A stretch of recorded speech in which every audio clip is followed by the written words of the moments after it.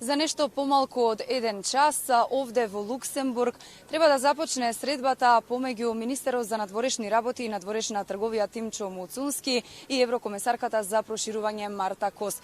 А веќе по 19 часот започнува и неформалниот состанок на Советот за надворешни работи на Европската унија, на кој ќе стане збор за многу актуелни теми од областа на безбедноста, но и проширувањето на Европската унија.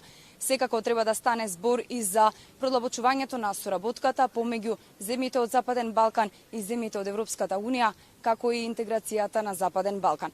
Како што најавив во моето претходно вклучување, во овие вести разговарам со министерот за надворешни работи и надворешна трговија Тимчо Муцунски.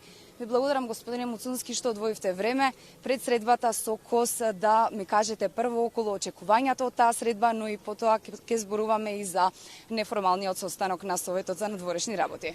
Ви благодарам.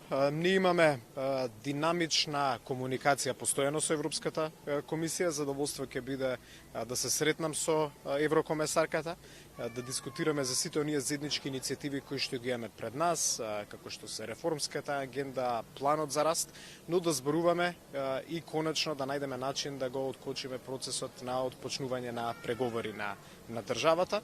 Исто така има, како што спомнав, голем број на проекти кои што се во тек, за кои што секако ќе дискутираме и сигурен сум дека ќе има позитивен исход од сето она што ќе биде разговарано на средбата. Како што и вие кажавте, потоа продолжувам на состанок со колегите министри за надворешни работи од земјите членки на Европската унија. Ќе бидам заедно со колегите мои од регионот, од Западниот Балкан.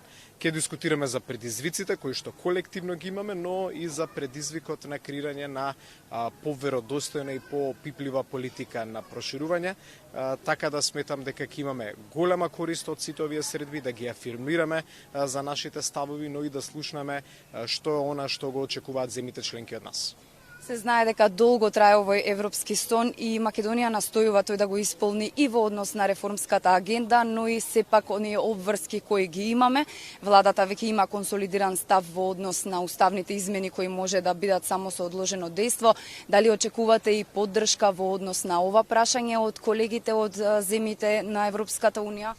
Очекуваме разбирање за огромниот број отстапки што ние како држава ги имаме направено во последните повеќе од 30 години и очекуваме разбирање дека за кредибилитетот на политиката на проширување потребно е да се најде начин како ние да ги отпочнеме пристапните преговори.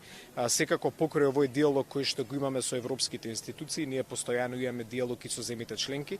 Токму утре ќе бидам во официјална посета на Луксембург, ќе се сретнам со мојот колега, министерот за надворешни работи и вице-премиер на Луксембург, господинот Бетел, а секако и во претходните денови во рамките на моите активности и во Делфи, и во Анталија, ги афирмирав нашите позиции, барав разбирање, но не само разбирање, и пат напред преку диалог. Господине Муцунски, јас ви благодарам што одвоивте време за вестите на телевизија Алфа. Благодарам и на вас. А тука е еден краток сублимат, да, како што може да заклучиме, останува на процесот за проширување, односно земјите членки на Европската унија да покажат разбирање, но и целосна афирмација за сето она што Македонија во изминатите години го има направено и секако да покажат разбирање и за она што значи дека на Македонија токму стратешката цел и е влез во Европската унија, има направено многу, а во тек е и реформската агенда која се спроведува се со цел Македонија да биде подготвена за влез во европското семејство. Елена, повели доколку имаш некои прашања?